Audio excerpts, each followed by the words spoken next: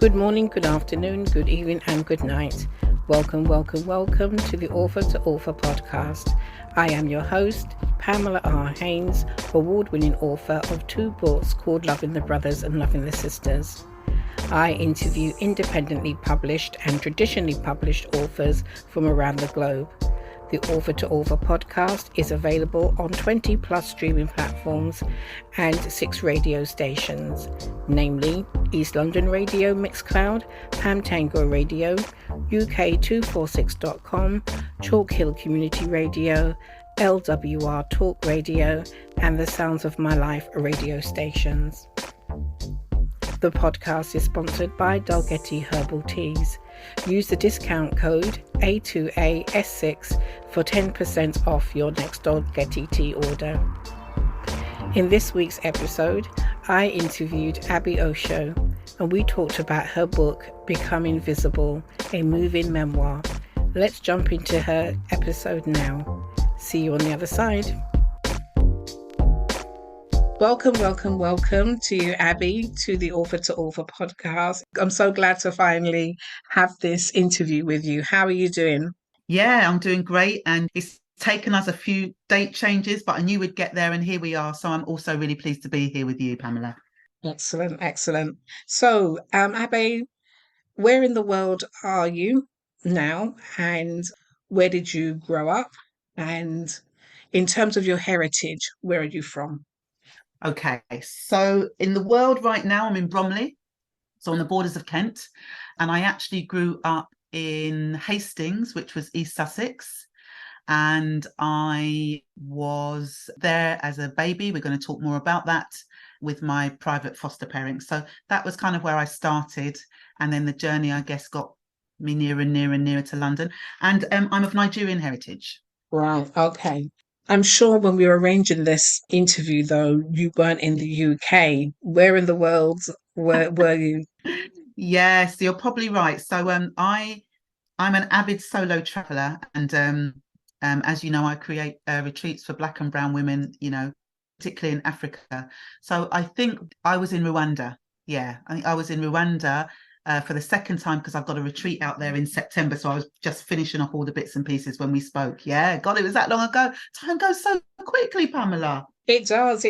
But I mean, I've seen you on social media, and I've also took part in the book club with a twist, and I got involved with them because they were reading your book. So, that was Right. an experience as well. I've never done a read along before. So, I was glad to take part in all of that. So I feel as though I know a little bit about you. But tell us, Yeah. what's the attraction with Rwanda? Why, in all the places in the world, would you choose to have a retreat there? Last year, I held a 10-day retreat in Tanzania. And from Tanzania, I had 3 countries to go to. So when I left there, I went to Uganda. The next one was Rwanda. And then I went to Zimbabwe. And the whole plan around that was really what I'd like to do is identify where I'd like to do my retreats in 23, 24, and 25. However, when I got to Rwanda, there was something, Pamela, there was like this energy, this pull, this connection that I just knew this year my retreat was going to be in Rwanda.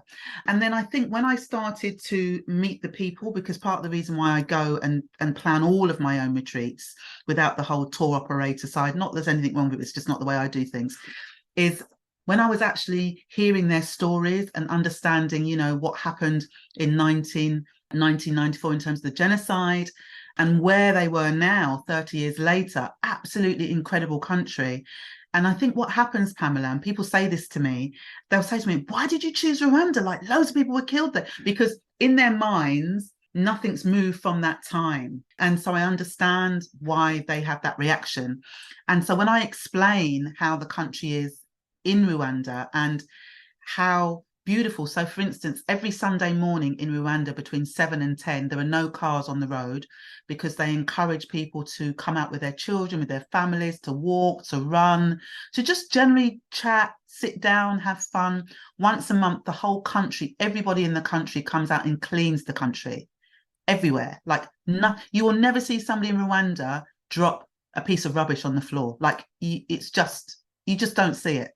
So in terms of its cleanliness, in terms of being the safest country in Africa, and just the way everything is structured, it's just a really beautiful energy. And what I loved about it, Pamela, was, you know, many of the women that I spoke to, you know, they were victims of genocide. They'd lost many people in their families, some all, but they had this real energy about them, you know, like nothing is impossible for them. And there's a real Ubuntu, you know, we are here, we're together, there's a real Ubuntu energy where, because so many people have lost, I think, their family, they naturally come together as a country family, if that makes sense. Very, very community driven. And so when I not just saw that, I felt it in the way that they were treating me. And I saw how, you know, they were making sure that they were not just rebuilding the country, but when people came, they got the best out of the country. When you came, you really felt like in Rwanda, everywhere's a view. Like, it's the most picturesque place. It really is. And they want you to love their country. So it, for me, I think just being in there and being in sort of the energy of the people and hearing their stories and hearing how they've bounced back in many ways, and how, because of, I guess, the shared trauma that they had as a nation, they've decided that whilst that's still there and they are still working through that, that every day they get to live on this planet has to be a day that counts. And that's what I loved about it. That's so wonderful to hear. Hence, I asked the question because in my mind, I associate Rwanda obviously with the things that you've mentioned, the detention center that our government wants to send migrants and refugees to, and so on. So you get a very narrow view of what Absolutely. Rwanda is like. So Absolutely. thank you for Yeah. sharing that. Can I just share something else with what you've just mentioned there, in terms of the detention centre and the housing for, you know, the refugees? And the reason why I want to mention this, I think it's really, really important, because it was also, I guess, before I went there, I would have thought the same, because you hear the government say and you believe that's it.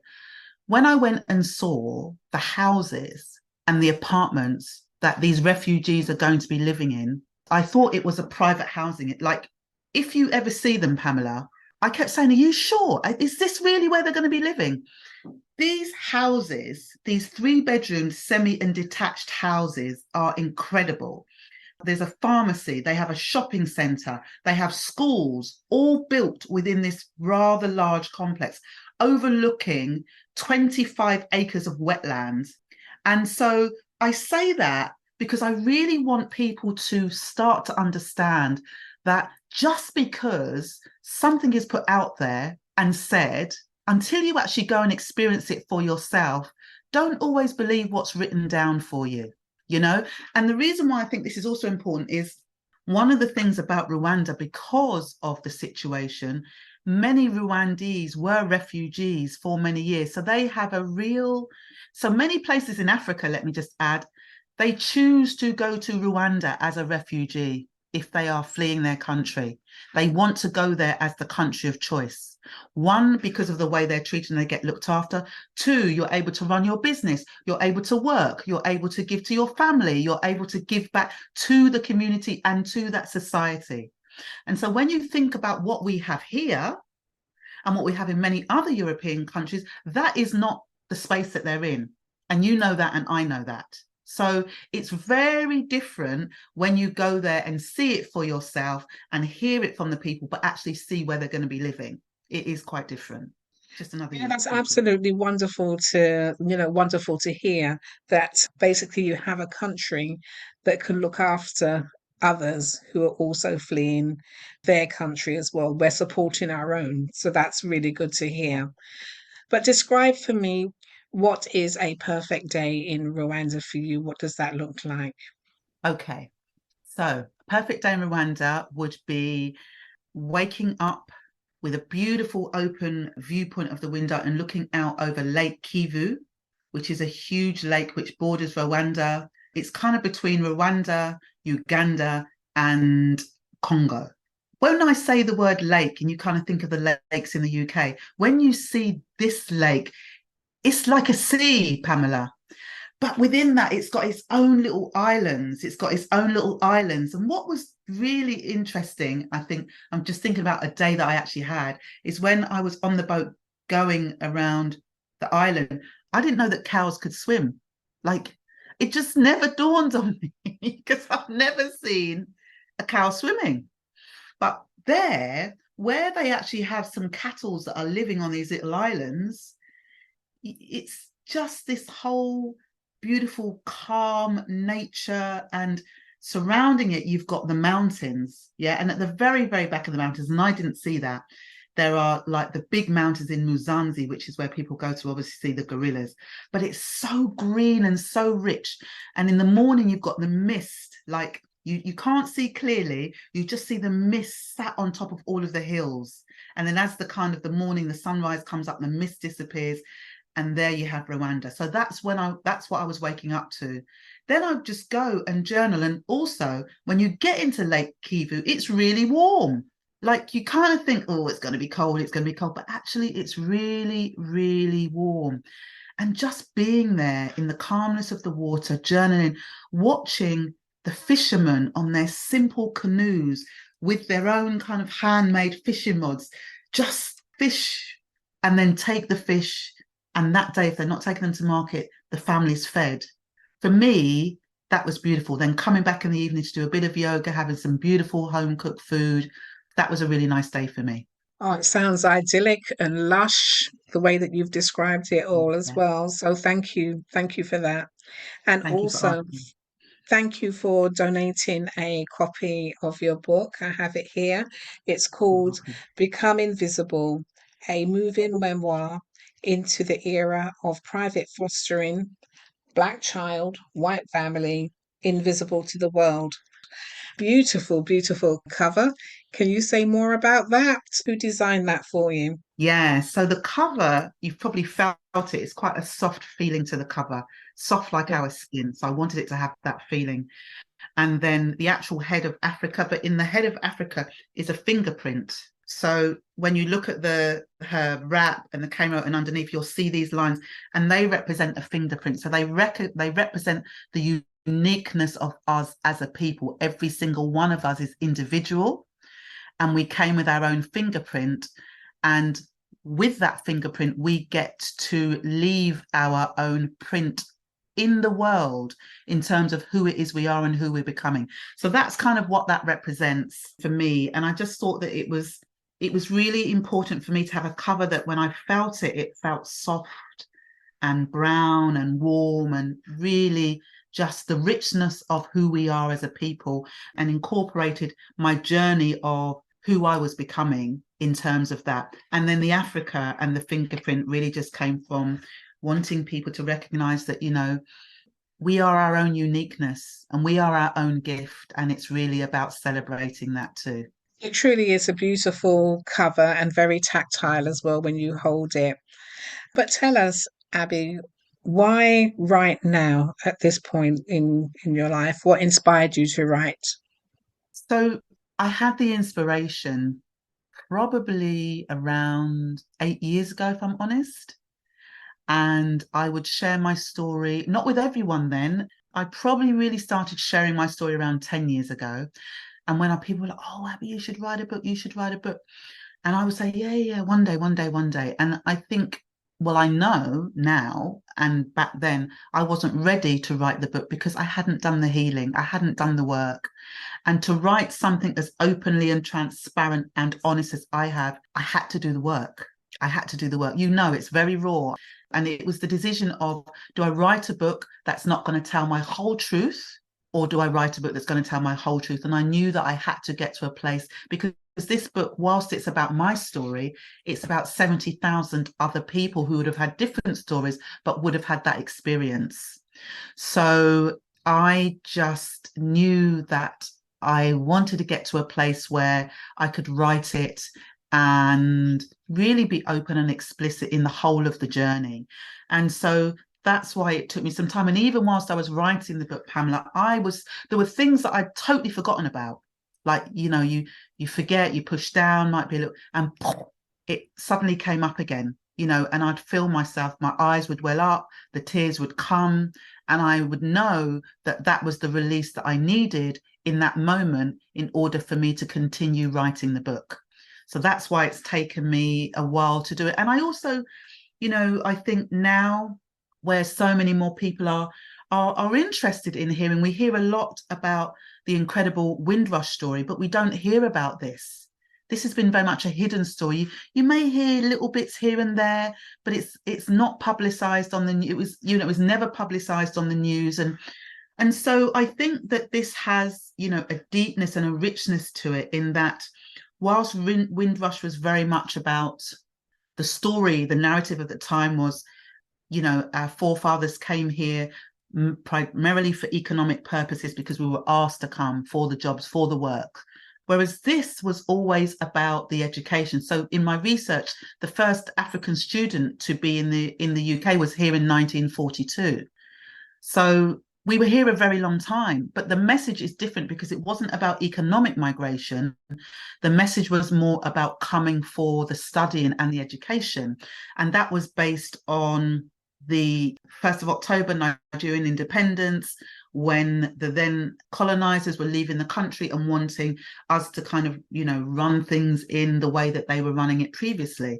So all of that was part of a construct. All of that was, let's get them trained in terms of the schools, and let's ensure that we have the people in place that we want in place, because they would have been indoctrinated with the way that we do things.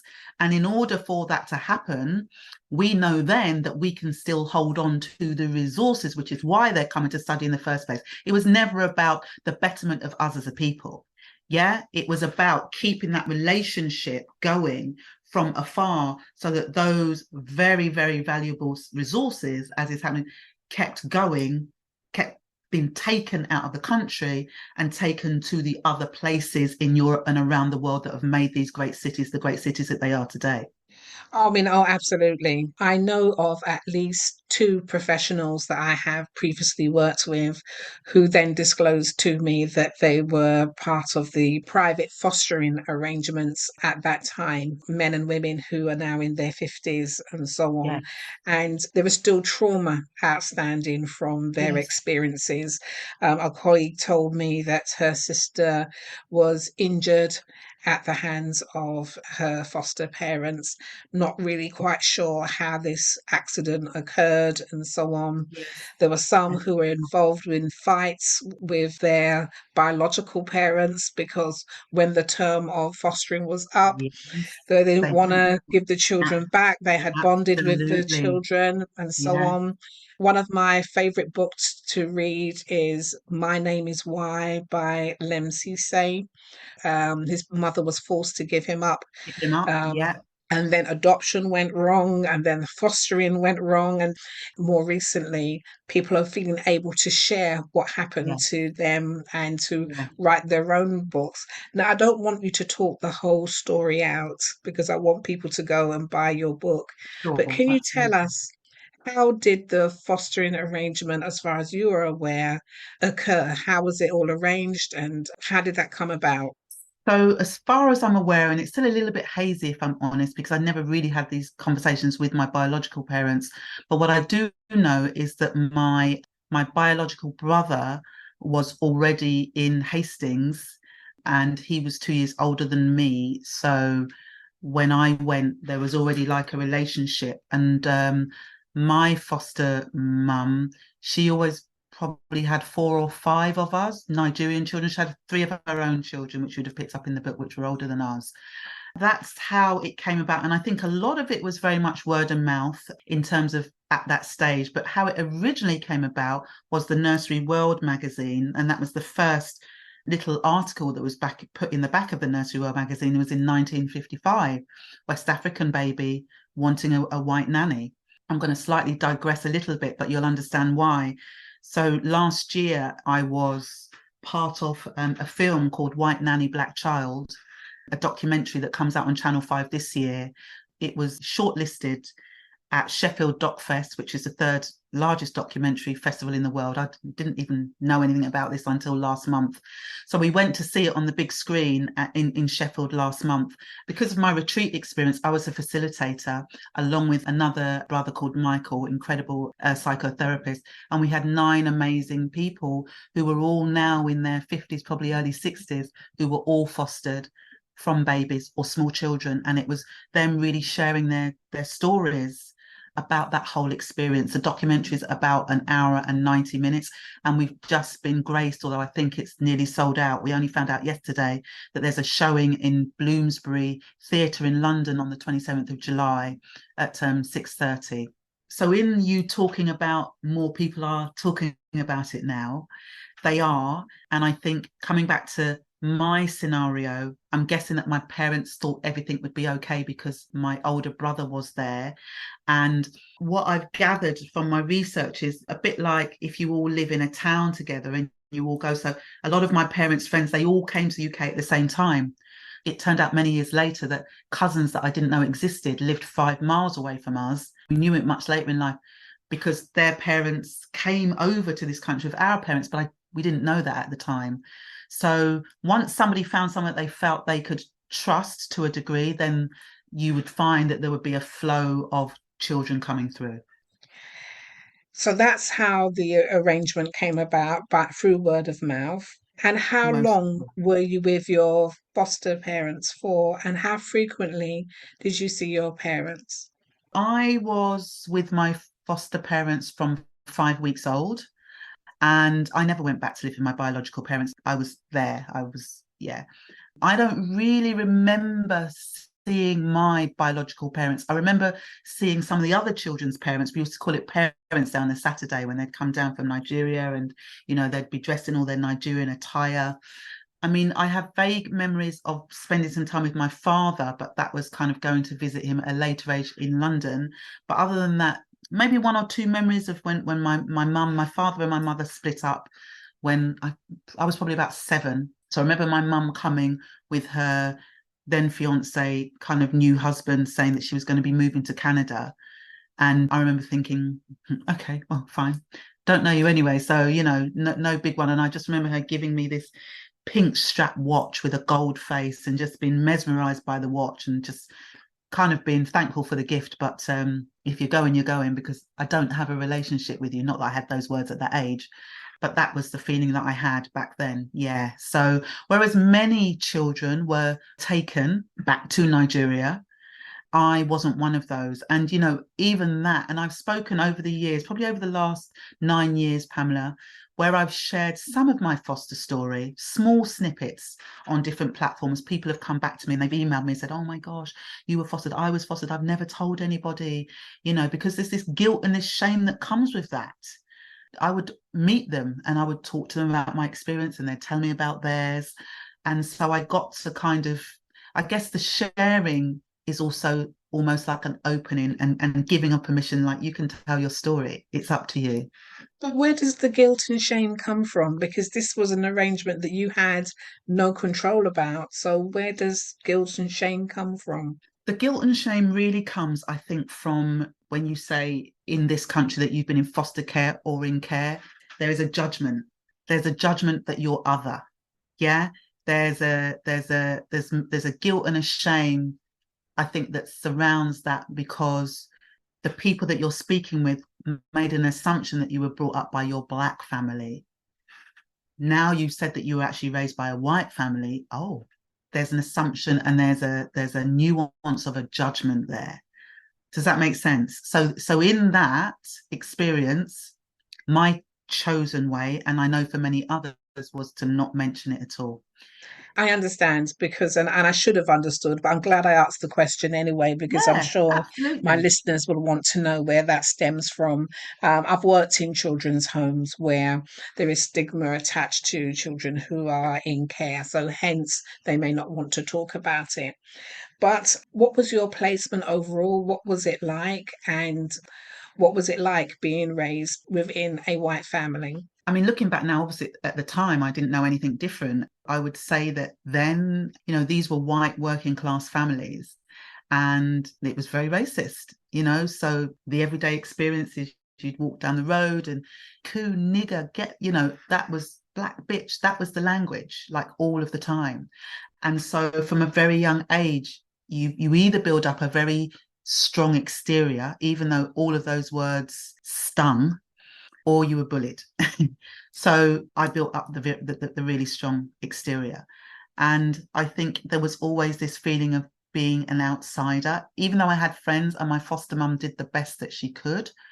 It was a challenge because as soon as you left the home, you were looking at something different, sitting on the bus and people wiping the seat. That was my earliest memory when I was 4 years old, because of, being dirty, because I was coloured. So we're dirty and we bring the germs with us. And in a 4-year-old's mind, my mind then, there's no cognitive skill to differentiate between what's real and what's not. So you absorb that as the truth. So it was challenging a lot of the time, but I also had some beautiful memories as well. But you were on red alert a lot of the time. You're on alert, waiting for somebody to say something, or if that person said, or if, if it was like we were slightly older, if it was a National Front March day, because they had those in Hastings, then don't leave your house unless you want to be beaten up. So it was growing with that. So was there racism within the home? I think there was what I would call blind racism in terms of, like, for instance, at that age, the only program that we would see would be Tarzan. And so our foster mum or our older foster brothers and sisters would just say things like, oh, where you come from is the jungle and that's what your people look like. And, Tarzan is the one that went to like civilize them. And, if we misbehaved ourselves, or we would always be the ones to go back to live in the jungle, and they'd paint white marks on our face and we'd be out there with the tigers and the lions and the monkeys. So that was in the home. But at that time, I didn't really kind of see that as racism per se, but it was a form of it. That was the kind of thing that was said in the home, really. What were your survival mechanisms, and how did you cope with the challenges of being in that environment? I think a lot of the time back then I would shut down. I was quite extrovert in some ways, because the talkative side of me, I always wanted to be accepted and liked, and I wasn't always accepted and liked, but I still always wanted to be. So I think I would put on a bit of a bravado front, because that kept me safe and kept me from being attacked or from being ridiculed even more, particularly at school, because my name was different. And so I think I would just want to blend in as much as I possibly could. But there was only ever so much that you could blend in. So, so for instance, I'd have friends and they were, white friends, because I was one of the only black people in the school. And then, if you fell out with your friend, then she would like say, oh, oh God, yeah, you're a nignog, and she'd call you names. But then the next day she'd be knocking on your door saying, oh, you're coming out to play. And whilst the names hurt, I would just be glad that somebody was coming back and being my friend. And I think what that does, I buried a lot of the trauma. I swallowed it. I never spoke about it, because I didn't want to upset people. So yeah, I think those my coping mechanisms was to kind of smile as if it was all okay. And I'd be, yeah, it's okay, I don't mind. But really I did. I'm glad that you moved on to talk about, some of the examples of what the trauma was like and having to swallow things down. Was there a point when you felt, right, actually, I cannot go on feeling this way? And what did you do about it? I think as I matured and I got older, I made a decision that I was carrying around, as I said, the guilt, the shame, the not telling people. I've been so masked up from such a young age that there was always this mask people could get in so far, and then it was like, bang, you're not getting in any further. But there comes a time when I decided I can't live like that anymore, because it's almost like you're two people. So I would say, I think it was when I really started to open up about being fostered and doing all of the work, was when I had decided that I wanted to find my birth mother. It's written about it in the book. The journey of finding my birth mother is quite extraordinary, but I did find her in Sierra Leone. And I think just having that and getting lots of questions answered, not all, because again, it's something that the children want to speak about because we've had the experience, but the parents at that time were doing the best that they thought they were. So there's no, it's like, and we did that because what we thought we were seeing in Nigeria with the civil servants and all these wealthy white, we thought we were giving you the best opportunities of education. And, you know, therefore, so there's always kind of this mismatch around that. But I think it was when I met my mum that I kind of allowed myself to really start rediscovering who I was. And I had some counselling around that, because I kind of there was so much to talk about that I hadn't, that I really wanted to get some help that was like outside of the family. So that was my decision. And that was really, once, it's kind of like once you open up the floodgates, Pamela, like they're open, you know, and the work began. Yeah. Well, this is it, because I actually wrote that down, because a lot of people say, you need to do the work, you need to work, you need to do the work. But people don't know what the work is. So can you give us an idea of some of the activities? You've already mentioned counselling, but some of the steps that you took in terms of doing the work, what does that mean? So for me, it really meant, for me, I would journal a lot. I would write memories, things that I remembered, and I would sit with the memories. And sometimes those memories would make me cry. I started off with, I brought a book, a big A4 book with lots of lines, and it wasn't pretty. And I just started writing. I started writing all the memories. And, some of those memories were very painful, and I would cry. It would have me in tears. But I was saying that tears are a wonderful way of cleansing, of releasing. And then I started telling people little bits about my story, just bits, because if I went too far, I'd well up. And I felt embarrassed if I was, in front of all of these people that I didn't know. But I just started kind of sharing it. And I started looking more into Nigeria. I started finding, doing more research about other foster children. I decided that I wanted to know more about this and how it happened and where it came from. And in me doing that, it was like I reconnected back to myself. That was my journey. That really helped me. And I think in talking with other people and hearing, their stories. And I remember the very first time I actually spoke about my story was probably about 10 years ago now. And it was like a Black History Month event. It was like I was crying every 10 minutes. Like I decided before I was going to do it, I was only going to talk about these bits, but even those bits were far more embedded in me emotionally than I actually gave credit to. What I decided was, in doing the work, and the work continues, I had always wanted to connect and reach out to as many, I say Nigerian, but it was Ghanaian children as well, but primarily in my experience, I've met Nigerian children who are now adults who'd had that experience. And just to start to share my story became, I think, very, very healing for me.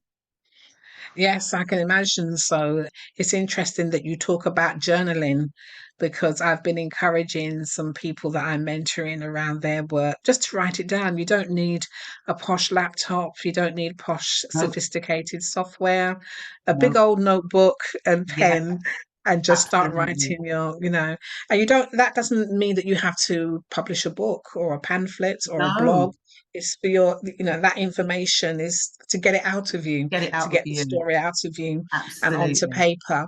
And a lot of people have reported that they have felt it been quite a cathartic exercise for them to Yes. do, in Yeah. terms of making those steps towards feeling whole again as well. So it's nice to hear you say that you did activities like that also. What also was powerful was sitting with the feelings, because, sitting with the memory of it can be almost as powerful as reliving, what it Absolutely. is that you went through.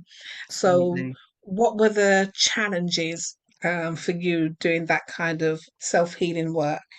I mean, this was something that I'd learnt about somatic healing and how we hold all of the memories, in the cells.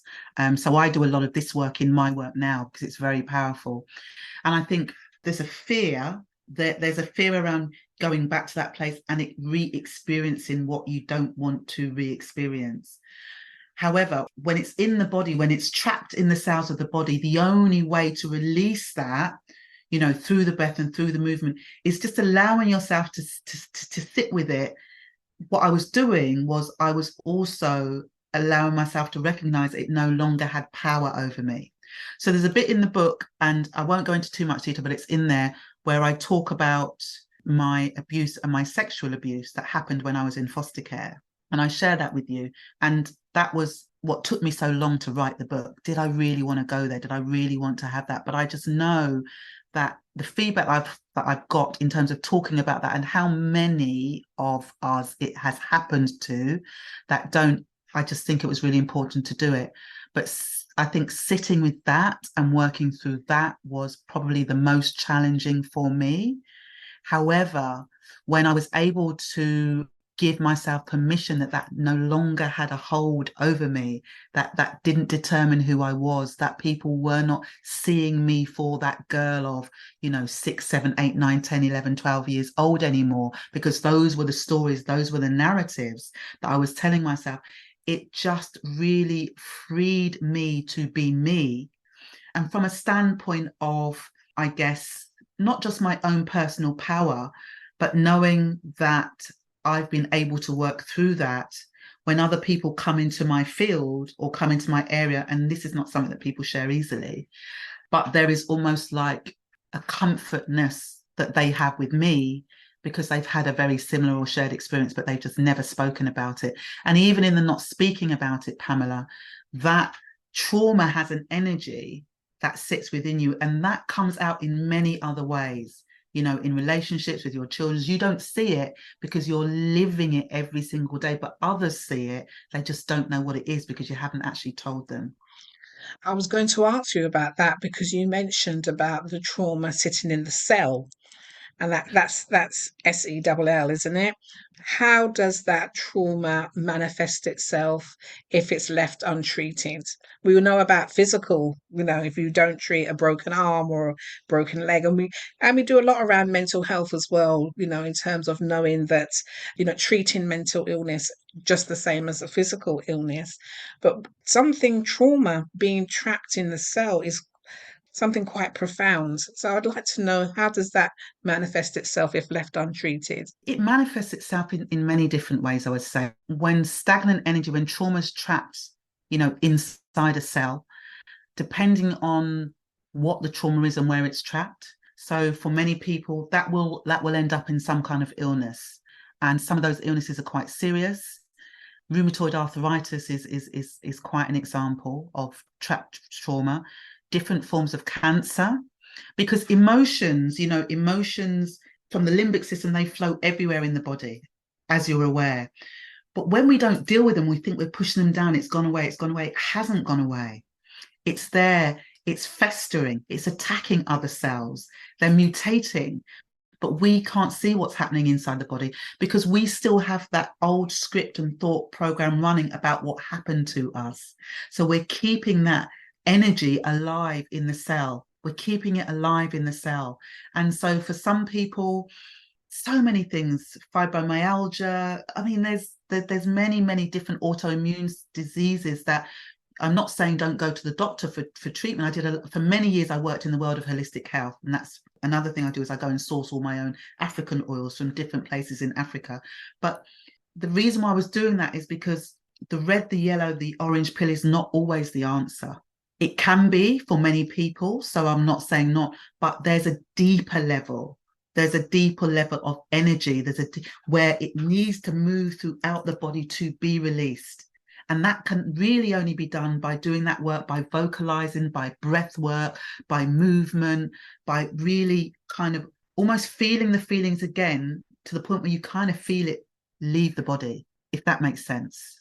Oh, wow, that's powerful. And it leads us quite nicely on to your essential oils that you source, and your business in terms of doing the retreat. So if you can tell us more about how that started, and tell us, for example, your favorite essential oil to use.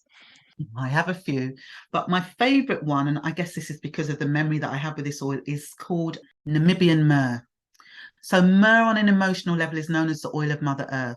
And a lot of the work that I do on the retreats and outside, we're always working with the elements of nature. And naturally for us, this is all in our DNA anyway. So Namibian myrrh is a wonderful oil for women, just in terms of connecting with your own spirituality. It's very good for like womb cleansing, womb healing. So when I went to Namibia to source this oil, and again, I went on my own, didn't know anybody apart from one person I'd met.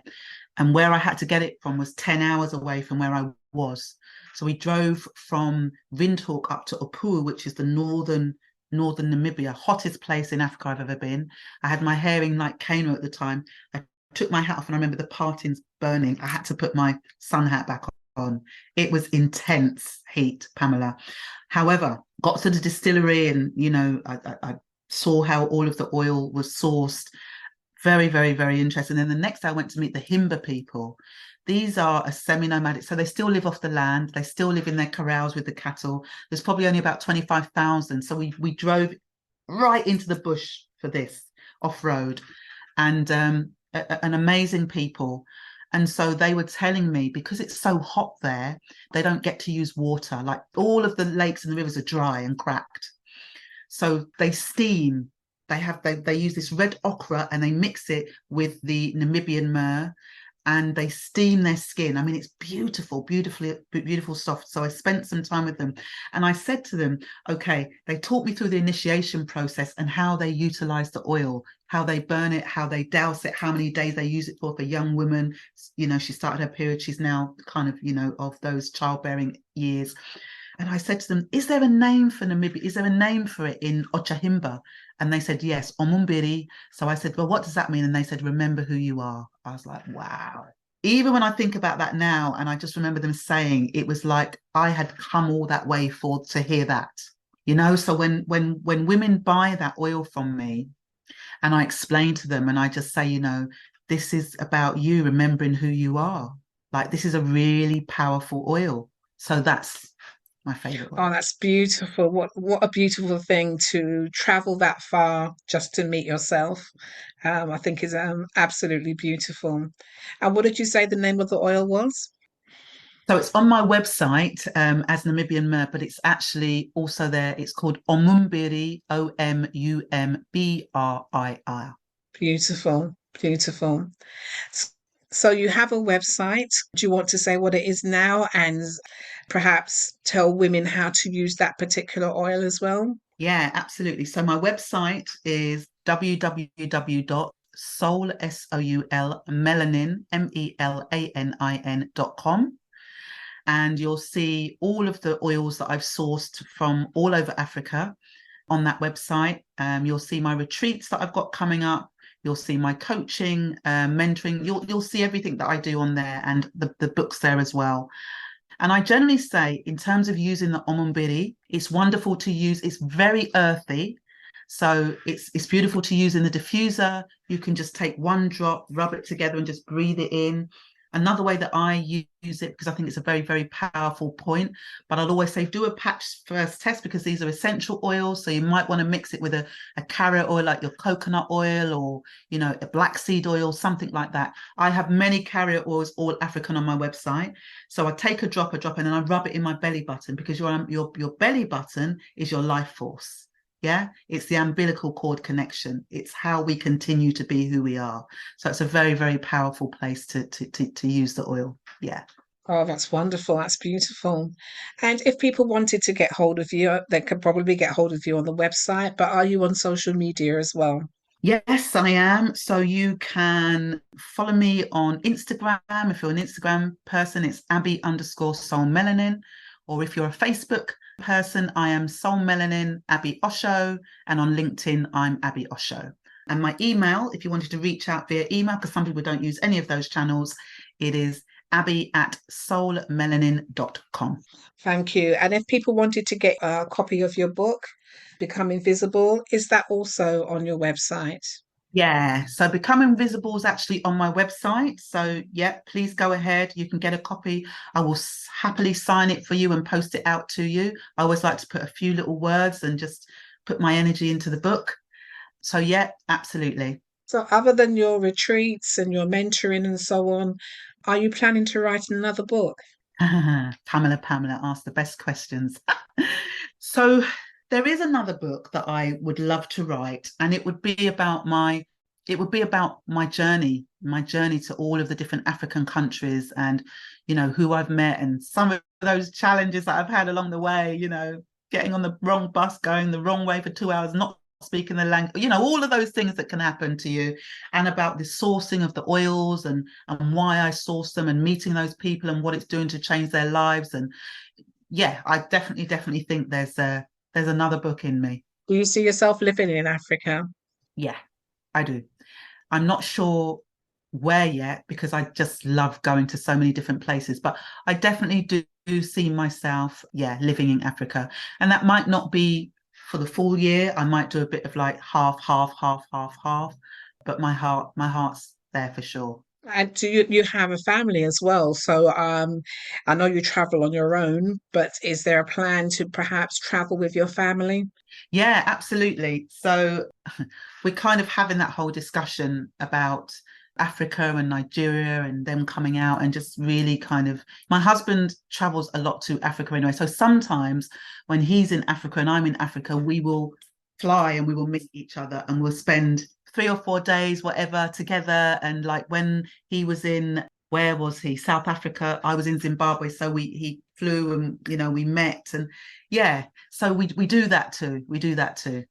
That's wonderful. Abby, we could probably talk for another hour. So we'll have to have you back when you write your second book. Consider that an open invitation for you to come back. But thank you so much for sharing your fascinating story in your book. I'm sure that this book will enable the conversations to continue about private fostering. A friend of mine, Anastasia, was part of that film festival. Yeah, yeah. Yes, it was. Yeah, she has her own Beautiful. business in Stratford called Purely Natural. Yeah. So I've been there, and again, she has never said anything. And we've spoken about my books. We've spoken about some of the issues arising from my books as well, because one of my characters is a foster parent, believe it or not, who fosters a Nigerian baby. Ah, From birth. Yeah, the same kind of story that you're telling me.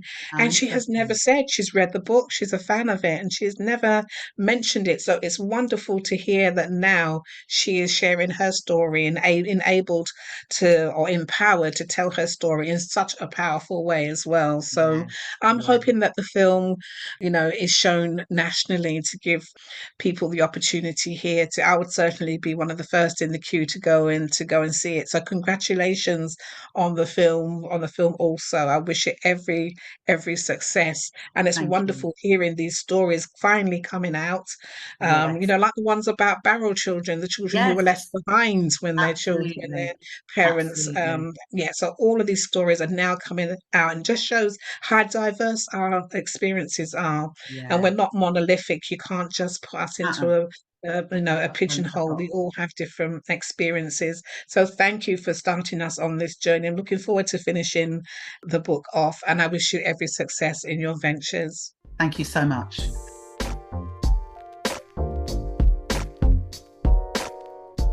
It is competition time now, and the competition question is, at the time of our interview, which African country was Abi visiting? Was it A, Rwanda, B, Kenya, or C, Uganda? Contact me on Instagram at Loving the Author with the correct answer by this Friday for your chance to win a copy of her book, Become Invisible. Good luck!